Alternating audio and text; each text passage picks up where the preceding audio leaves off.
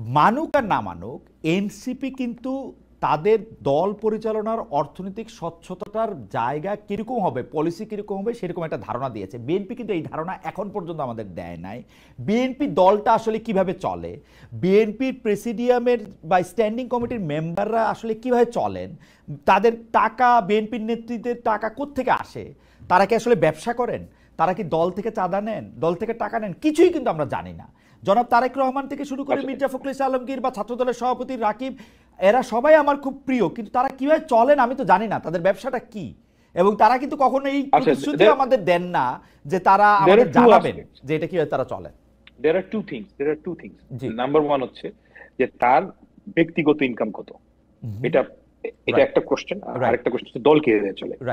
তার ব্যক্তিগত তারেক রহমান সাহেব কিভাবে চলে এটা আপনার জানার কোনো রাইট নেই। উনি যখন প্রধানমন্ত্রী হবে তখন আপনি যেতে পারেন, উনি যদি সংসদ সদস্য হয় তখন জানতে পারেন। এখন আপনার জানার কোনো রাইট নেই। কিন্তু আমি যখন ভোটার হিসেবে তাকে বিবেচনা করব না, ডক্টর সালাম আমাকে একটু বোঝার জন্য, মানে আমি যখন ভোটার হিসেবে ওনাকে বিবেচনা করব যে উনি আর্থিক লেনদেনের ক্ষেত্রে স্বচ্ছ কিনা, উনি কিভাবে টাকা রোজগার করেন, পৃথিবীর সব দেশেই কিন্তু যিনি পলিটিক্যাল পার্টিকে লিড করেন তার টাকা পয়সাটা তিনি কোথা থেকে পান, কোথা থেকে খরচ করেন সেটা সামনে আসে। এটাকে আমি তারেক সাহেবেরটা জানতে পারবো না। পছন্দ না আপনি ওনাকে ভোট দিবেন না। না না, আমি তো জানতেই পারছি না পছন্দ না করব কেমনে, পছন্দ না করতে হইলেও তো আমার তথ্য দরকার।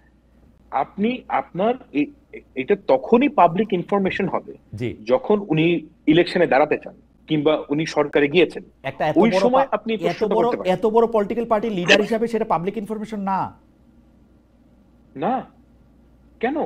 উনি তো এখন পর্যন্ত কোনো ক্ষমতায় যান নাই। ক্ষমতার সাথে কি এটা রিলেটেড ডক্টর সালাম?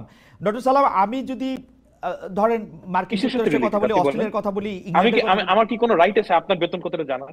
আমি তো পাবলিক পার্টি না, তবুও আপনার রাইট আছে।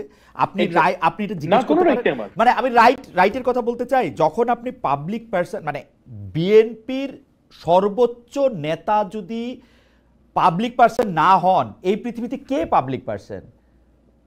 পাবলিক পারসন এখানে প্রিভিয়াসের একটা বিষয় আছে, সেটা হচ্ছে কি আমার ইনকাম।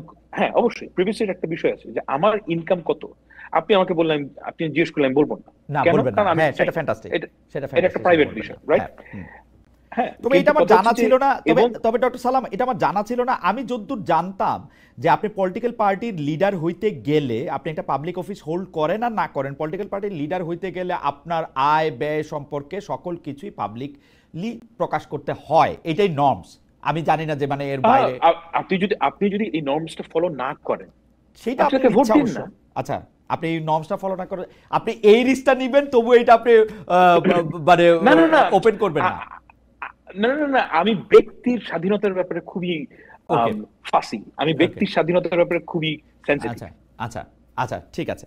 তাহলে এই এই এই এই এই থিওরিতে তার মানে হচ্ছে যে বিএনপি যারা করতেছেন তারা আর্থিকভাবে কি, তার নিজের পেশা কি, নিজের ব্যবসা কি, সেইটা উনার যখন নির্বাচন কমিশনে উনি যখন ভোটে দাঁড়াবেন তখন তিনি একটা ফর্ম ফিল আপ করবেন, উনি লিখবেন, কিন্তু আমার এমনিতে জানার অধিকার নাই। ঠিক আছে, এটা আমি চেক করে দেখবো না যে এটা